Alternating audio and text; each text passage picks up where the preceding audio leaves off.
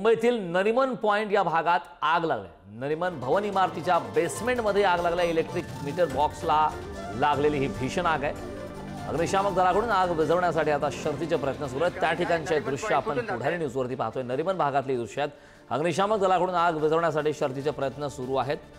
आग विझवण्याचे प्रयत्न आता अग्निशामक दलाचे जवान करत आहेत। मुंबईतील नरिमन पॉइंट या भागामध्ये ही आग लागली आहे। नरिमन भवन इमारतीच्या बेसमेंटला ही आग लागलेली आहे आणि त्या ठिकाणी आता आग विझवण्यासाठी प्रयत्न करतानाची ही एक्सक्लुझिव्ह दृश्य आपण पाहतोय। या संदर्भात ताजे अपडेट देण्यासाठी आपल्या प्रतिनिधी शिल्पा नरवडे आपल्या सोबत जोडले। शिल्पा, आपण पाहतोय नरिमन परिसरामध्ये बेसमेंटला आग लागली आहे, काय ताजे अपडेट आहेत?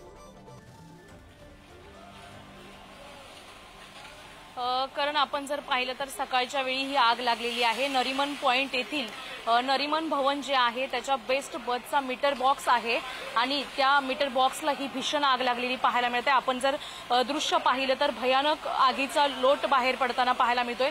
संपूर्ण मीटर बॉक्स जळून या आगीत खाक झालेलं पाहायला मिळते। मात्र आग लागताच घटनास्थळी अग्निशमन दलाचे जवान देखील उपस्थित झालेले आहेत आणि सध्या आग विझविण्याचा प्रयत्न हा शर्थीने सुरू आहे।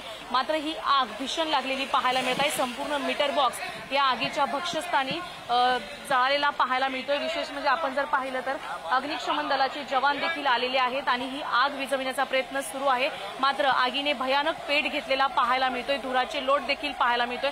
संपूर्ण नरिमन पॉइंटमध्ये या आगीच्या धुराचे लोट पसरलेले आहेत आणि आग देखील भीषण लागलेली पाहायला मिळत आहे। अग्निशमन दलाच्या 2 गाड्या या घटनास्थळी दाखल झालेल्या आहेत आणि अग्निशमन दलाचे जवान हे शर्थीचे प्रयत्न आग विझविण्याचा करत आहेत। करण अगदी आपण पाहतो शिल्पा की त्या ठिकाणी आता अग्निशामक दलाचे जवान आग विझवण्यासाठी